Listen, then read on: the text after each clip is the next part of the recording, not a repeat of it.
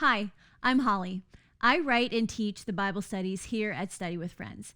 My background in this is a combination of formal education and my own personal study of the Word.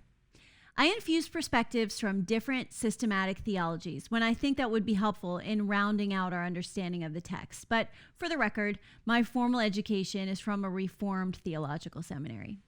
I strongly believe that we should all understand the background of anyone who's teaching us about the Bible. So if you'd like, you can learn more about me at studywithfriends.org or zondervan.com. This is a group of real women doing Bible study and life together, and we're really glad you're here. So these things. Oh, I wanted to give you something to help you. So I love this. It's a little chart. And I don't know. A visual aid, thank God. Yeah, it's really helpful. I needed it so bad. Because what happens is it helps you to see. In like 7th grade. I have a lot of them. Oh, it unfolds. And it fits in your Bible. I mean, I wish I were making money off this, but I'm not. But you can just Google it. No, I didn't make it. I'm saying like we're basically plugging it. Sponsored by. Yeah, sponsored by. I don't even know, but this is a really good one. So I'm going to tell you, it's Rose Publishing, and the website is hendricksonandrose.com, and I think it's called Bible Timeline. And so what's helpful to me about this is if you look, so we get on the other side of Genesis and Job is the kings and the prophets. So if you look, you're on the wrong side. G, you want to flip it over into the period where we are talking about right now. You can see that the kings and the prophets overlap. Yeah. And the purpose of the prophet was to be a messenger, sort of a partner to the king. Oh my gosh, they got world history down here too. I know. I love this thing. I love this because it Well, really that's where the Buddha was enlightened. It helps you to give relevance to like the things that were happening in the Bible weren't the only things that were happening in the world, and it helps you a little bit. Okay, so I just wanted you guys to have those. You can keep looking at them. You might want to keep them out. But what I also tried to do was in our study, in the study pages. I'm glad you like it. Sorry, Daniel and the Buddha were alive at the same time. That's blowing my mind. Wait, what? Yeah. Look at that. Which side?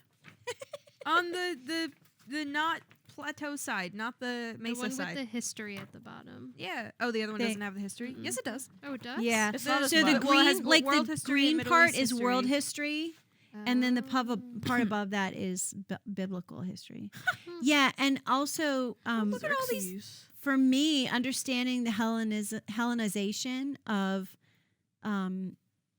the area where Jesus ended up coming onto the scene was really revealing for me too. So yeah, it's really, and you could spend hours in this. All of my but fifth grade Egypt stick it in your research is coming Bible back. because like, what'll okay, happen tell it. is as you read any of the books, if you can find them on the timeline, it'll help you make connections. make connections. Yeah. Okay. So anyway, I also tried to do that in the Should've homework. given this at the end. Oh, sorry. I see you're like a kid in a candy store. I love that about you. Okay, so let's get back on. So I want to talk about major and minor prophets, but first I want to talk about former and latter prophets. So I mentioned in the homework. Do any of you? I say either of you because she's gone. We've lost her to the Bible timeline, but she'll be back. Do you need me to hold that? It's fun No, to it's see okay. who was She'll be alive back. at the same time. I know, it is really fun.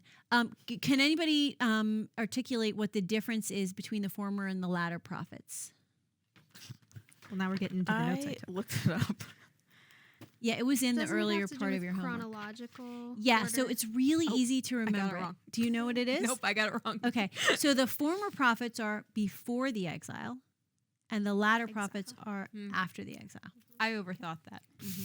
Yeah, I was so like, okay. I know it's like one of those things where you're like, oh, before, former, and after. So that's a quick marker, former and latter. So former prophets are, again, Joshua, Judges, Samuel, and Kings. And what happened there is they entered the promised land, they lived in the promised land, and at the end of the book of Kings, they get ejected out of the promised land. So that's, sometimes we also call that pre-exilic. And so the former prophets are before that happens. The latter prophets are after that happens. Okay. Identify our handy little chart here. And so now within the latter prophets, because there's a whole bunch of them, are the major and minor prophets. So the major prophets, and this is all in your homework, so go. It's written out. I hopefully will make it look really pretty by the time anybody goes to download it. Right now it's just on plain paper. I did my best. This is really easy. The major prophets are Isaiah, and this is your homework, Isaiah, Jeremiah, Ezekiel, and Christians would include Daniel in that. But in the Hebrew canon, it's just Isaiah, Ezekiel, and Jeremiah. So those are the major prophets. And then the minor prophets are all the other ones. So Jonah, Amos, Hosea, Micah, Nahum, Zephaniah, all those little guys, Habakkuk. And the reason that they're called major and minor is not because they had more or less important things to say. It's actually just about the volumes of words that they produced or that were captured on their behalf. Actually, the 12 minor prophets used to be on one scroll, and they called it the Book of the 12, which is why some people say Isaiah, Jeremiah, Ezekiel, and the 12. They're not dismissing those guys because there's so much in there, but they're just little tiny books. Mm-hmm. And so, scrolls were expensive to create and maintain, so they were all on one scroll. Okay, so major prophets and minor prophets, former and latter. I just want you guys to have that vernacular, not because I care, but just so that if you hear it thrown about in sermons or even as you're reading it, you understand, oh, this is part of the former prophets, and you remember where that is on sort of the timeline. Okay, so if Samuel happened before the exile, that helps me understand the context of what's happening with Israel at that time. Okay? Do we have some feeling of like, I understand the groundwork, yeah. Yes Yeah. and no, Yeah. That's because okay. of this thing that you've given me. I know. Well, And now I know. feel Yeah. completely thrown off. All right. Jonah was alive during the first recorded Olympic Games. Okay, you got to put it down. You got to put it down. Sorry, that's just insane. No, you got to put it down. Will you Wait, please so- put it down for me? Yes. Why Thank wasn't Daniel included So good. in the Hebrew? I don't Oh, know. I was so gonna funny. say, yeah, what? I don't made I know. feel that- like he's long enough. To I don't be know. put in. He is, I Was think. he a prophet? Yeah. Or was he just a cool dude? No, Daniel was a prophet. In fact, a whole huge section of his book is end times prophecy. And Hmm. so Well, he was okay. a prophet. So, But here's another thing you have to understand. Moses was also a prophet. Moses was Right. a prophet. a prophet and- is just anyone who prophesizes. A prophet is anyone who delivers messages from God. Form of prophecy. Yeah, but we don't want to get too like Okay. Bible buzzword, right? So Okay. the purpose of the prophet, and let's talk about that. But like, I because- feel like prophet has other like requirements almost, like because there was only one prophet at a time, right? nope, Yeah, no. no, you didn't do your homework. I did do my homework. I did it an hour ago. You were there, and Actually, Why are we no. the same person? 'Cause I did I know you did an hour ago. So no, there were actually, and what we'll see I'm is a during the valedictorian. time of the latter prophets, there was a lot more noise from prophets. There were a lot more Okay. of them, Isn't and we're going to there- talk about why. I don't want to like spoil. Spoiler anything. alert. Go ahead. Spoiler Well, alert. someone can wrote jump it down around. a while ago, so I think it's been spoiled already. Well, yeah, that's true. There was like, I don't know where it is in here. Anyway, it was saying that during some point in time of like Kings, there's only 2 prophets. Yeah, in the we'll get time. there. We'll get Yeah. there. Did that blow you away a little bit too? Yeah. Yeah. And then the 23 prophets. Okay, in the we're gonna Bible. get to that. Let's okay. wait it out. Let's that wait because changes that's my view of that because I thought that there could only be one at a time, and I was like, "Who's killing all these prophets?" Okay. More keep coming. okay. But no one, I guess. So if you look in the homework, you can see the context that I wanted to draw. And all I could do is really a sketch because there's so much to learn about all of it. But I hope that it makes you hungry to go do that. My pages are out of order. So I mean I don't want to use the page number, but it's on page just out of order. 38. No, It's no, on they're 30. out of. So so for context, the book of 1st and 2nd Kings, and by the way, Chronicles is basically just a reiteration of 1st and 2nd Kings. 1st and 2nd Chronicles is just basically telling the same story again from a theologically different point of view after the exile. I don't want to get too deep into it, but a lot of the writings that happened after the exile was trying to make sense of the exile. Oh, my question. Mm-hmm. I had a question a while ago. Remember? Do we have time for Yes, it? of course, baby. So you were saying that they in Genesis and Exodus and whatever else, the Pentateuch, there's a lot of ground covered. There's thousands of years. Yeah. And then, obviously we really slow down once we get to the New Testament. Because Yes. we got like Yeah. 3 years Mhm. with like 30 books. So Ish. I mean, a lot of them were written after Jesus died. the point is, not thousands of years condensed into one book. Right. What was going on there? Where? in the What Old were they Testament? doing in the Old Testament? for those thousands? Because you I'm you know so you go glad from you asked that. you I'm- go from I mean, you go from Adam to Noah. There were a lot of people in between Yeah. that. let me What say was their this. deal? I'm going to tell you something. Stop I laughing really, at I me. really want you guys to try to Said, what remember was this. their And we said it in the beginning. I know she's funny. We said I'm the this in court the, jester. we That is my said this role. in the beginning part of the series, but I'm glad you mentioned that because this is another Bible precept. Here's how you want to read the Bible. And by the way, you want to find out what was going on? That's what that chart is for. Go study it later. It's so much fun. Remember that the Bible is history, but it's not a history book. Right. What we mean by that is it wasn't written for the purpose of recounting what happened. It was written with theological purposes. It was written to give context to the history that Israel experienced. So what we want to do is pay attention to when the Bible moves fast and when it slows down, especially in the Old Testament. So you brought up a great point, gave me a great springboard for this. We have thousands of years covered in these genealogies, but we gloss over them and then we'll stop on somebody like Abraham. And then we'll stop on Noah. And then we just go genealogy, and that's hundreds, thousands of years. And then God says, slow down. Let me tell you about Abraham. Slow down. Let me tell you about Noah. Slow down. Let me tell you a lot about Joseph. A lot. Right? God wants us to pay attention there. He's using that as object lessons. He's using these people to teach us something through their lives. Slow down. Let me tell you the intimate details about what happened to Job. Why? Because there's something in there for me to learn and understand about God. Because the Bible is a history book, but it's not written to report history. Everything that's in there happened. But that's not why it was written. It was written to help us understand God. And so when the Bible slows down or puts a spotlight on a situation or a person or a circumstance, it's because there's something for us to learn about God in that circumstance. God is saying, let me show you myself a little bit more by using more, I call it biblical real estate. Like this is more important. It takes up more biblical real. There's a reason. Like what I said before, these scrolls were precious and they were hard to carry and they were hard to print. They were not like now where we can just throw a book on a printing press and it just prints out, or newspapers. I used to work for a newspaper. They don't even exist anymore. But I used to watch the presses and be so fascinated. This is like this huge press room and these papers just get spit out.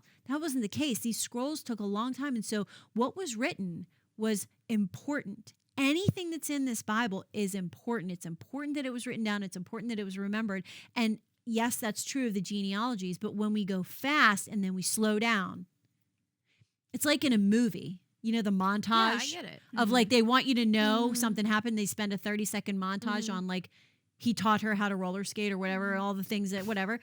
But they're trying to develop like they're skipping over time and they're showing you these things happen, but what they're really doing is they're building a foundation for what's going to happen next when they slow down, right? That's when a storyteller does. They build, what's it called? Starts with an E. Exposition? Yes, exposition. Like they build the characters and they kind of build the story, but it's really to a moment. They're trying to get you to a moment where you experience that moment. God's the same. This is the story of his people, and he wants you to know about the things that build up, but then pay attention to the moments that he says pay attention to. So I'm not saying you don't pay attention to like what else was going on in the world, but I don't know. We know that these people lived, but what we know is that God chose different people out of history to use in a special way so that we would have that information and learn about him, not just ourselves, like the New Testament we talked about earlier, but learn about him through it. Yeah. But like, What was were they happening? doing? I don't know. We don't know. Is it like you don't know or we don't know? I mean, all we know is what's written in the Bible about the Bible There's people. But What other that's why people were that's why around? this chart is great. It starts with Abraham. Wait, so I was have a- whatever You was go. going on was whatever was going on with them not necessarily important in God relaying himself to us? I don't know. I mean, I think if you were to tell me the story of your life, I'm sure you would agree every piece and part and day of your life was important because it had some role that it played. But you're probably not going to tell me moment by moment everything that happened in your life. You're going to hit the points that you think define you or that changed you or that you are excited to share with me. And that's how God tells his story too. Each of these people were an important part of his story. And I'm sure he would feel the same about them as you and I. Like, am I going to tell all the stories of how our family hangs out at night? And like, that's our regular thing. It's not something we necessarily would talk about. That's a daily thing that we do, or the way that we interact, or some squabble I had with one of the kids or my husband. Those things happen and they do shape us. But if I told you the story about my life, even if I took 3 hours to tell you, I would be choosing the things that I think define me or set my path in a different direction. Those are the things I would want to spend more time on so you can know who I am. Does that help? Yes. Yeah. You're telling me that watching Grey's Anatomy with the family hasn't been a Actually, defining moment in your life? What we do. You're telling me Well, caring too actually, much about a soap opera You know what's funny about hasn't that changed you? is I'm going to give the big reveal. One of the reasons that we watch that together is to create a springboard for conversation. Do you ever notice like we watch a little bit and then we pause it and we end up talking for like an hour? Talk about how Arizona's being annoying. Yeah, but we just talk about the we characters. often, yeah, but we're not like learning about life. Yeah, see, you don't even know It's what's a happening. soap That's all right. opera. When you're a mom, I'll reveal it to you It's again. a soap opera. We Mom. use it as an object lesson for how we interpret the world, and we say she seems selfish or she seems like a jerk, or why would we not want a guy to treat us that way? because she cheated. She still doesn't see it. Because Kelly deserved better, Mom. Okay. So, okay, so that's a lot. Anything else you want to do with that? I had a We're gonna say quick Question. question Go and then for it. an epiphany. epiphany.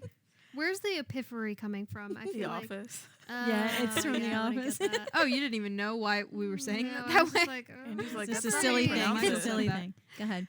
So my question is the Dead Sea Scrolls. Was that the scrolls that we're talking about? She's a fan. We saw him once. She freaked So did out. I. I'm a Oh. huge fan of the Dead Sea Didn't Scrolls. they, Don't I get remember her seeing them, but started where on were Dead they? Sea Was it Franklin? They were in the They Dead were- Sea. Yeah, we went to the Franklin. Okay, They were that's the where I ones. saw, Oh, you saw meant- them We too. must have Where gone we there saw around the them. same I was time. like, Dead Sea, that's where they're from. It's Yeah. a place That's what I know called about them. Qumran. Qumran is where they were found. But That's where John what's the your Baptist question was from. Is about? that what the Bible was? Were No. those the scrolls that you're so talking about, so or different? so the Never Dead Sea mind. Scrolls were scrolls. So it was before codex books. Mm.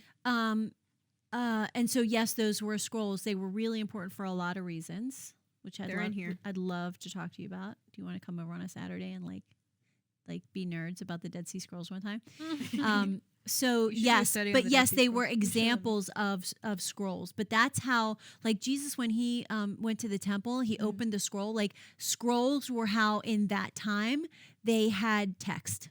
Also, it books. wasn't necessarily like it could have been part of the Bible, but it was just kind of like could have been any kind of scroll. The Dead Sea Scrolls. Yeah. Actually, there were more scrolls than just the Bible. In the Dead Sea Scrolls, they found like community like laws of their community. They found all kinds of different scrolls that were just Oh, okay. like it was a library. Basically, what they found was a library. So in the same way that you would see in a library all different kinds of books, that's what they found at the caves in Qumran is a lot of different kinds of books. But what was significant about it was that they found I want to say almost every book of the Old Testament, at least one part of almost every book of the Old Testament. And the reason that it was significant, oh my gosh, I could go on this forever, I think is because it was found in the 1940s. And what we saw was the Dead Sea Scrolls were found over a 10-year period because it was really meticulous work to dig them up and not harm them. But what was found was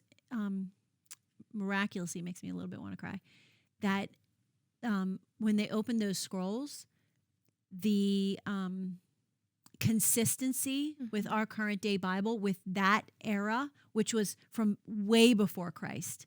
So they are what's now called like in some cases the oldest version of those books, but it's not so different than what we have. So God waited and preserved those scrolls to show modern day people Because when were they found? who were down 40s. in the 40s. What was happening to the Jews in the 40s? Well, that was also Bad another stuff. moment.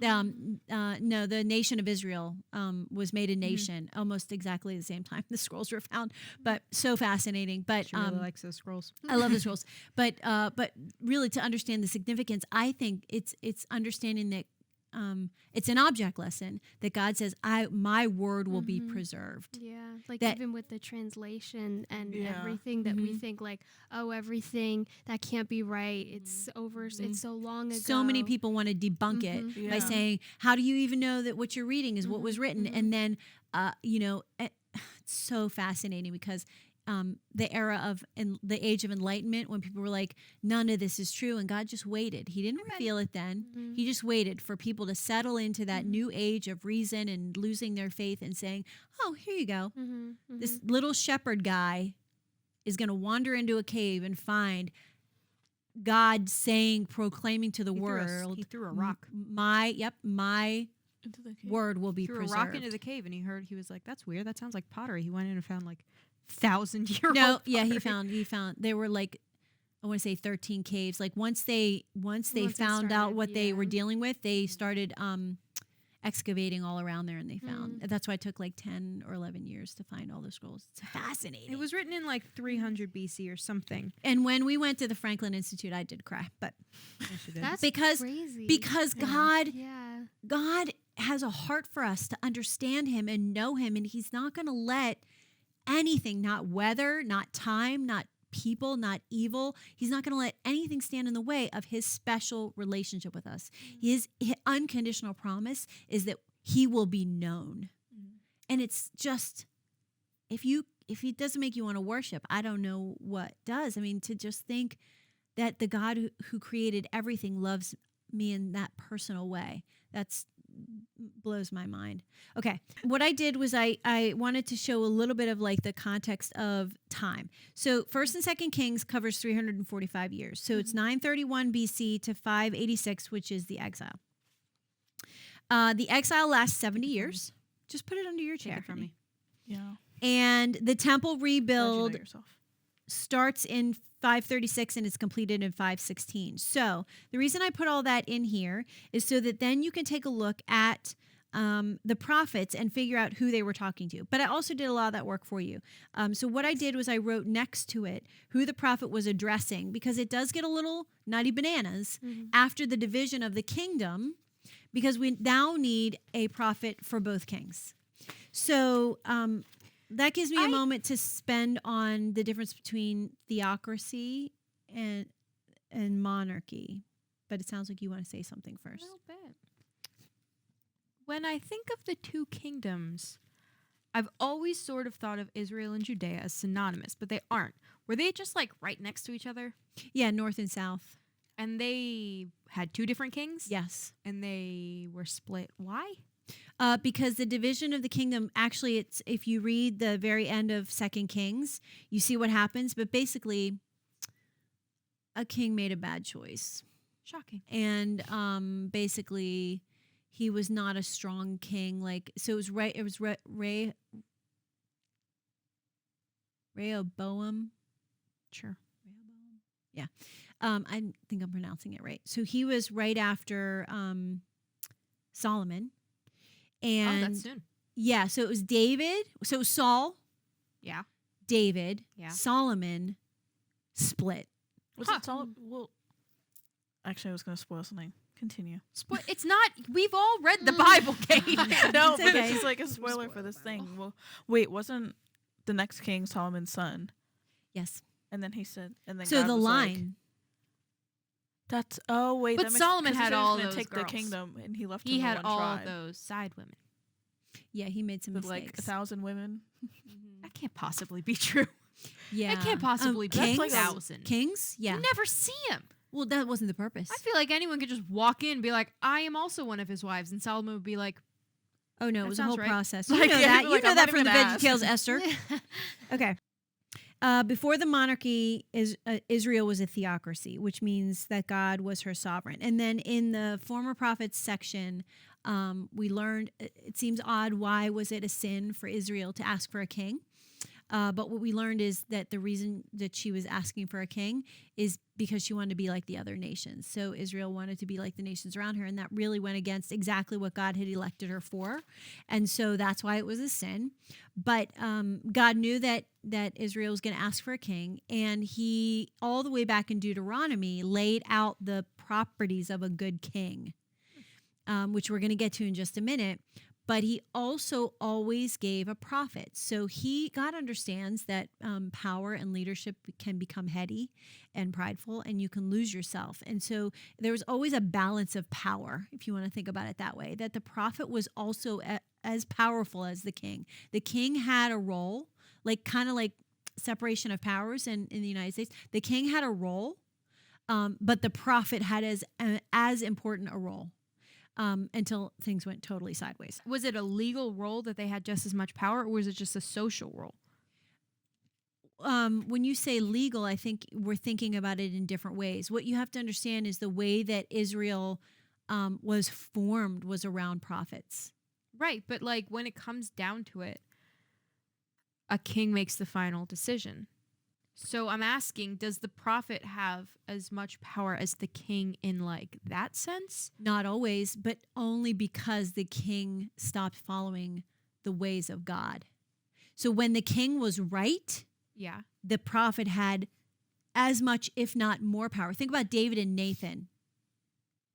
Or think about Saul and Samuel. Yeah, but did Samuel and Nathan make laws, or did they just... It wasn't about laws. God had already made the laws, G. All right. Do you understand what I'm saying? Yeah, that's true. They were living by God's laws. So no one needed to make new laws. So did they just enforce had to. the laws? Yes. They didn't.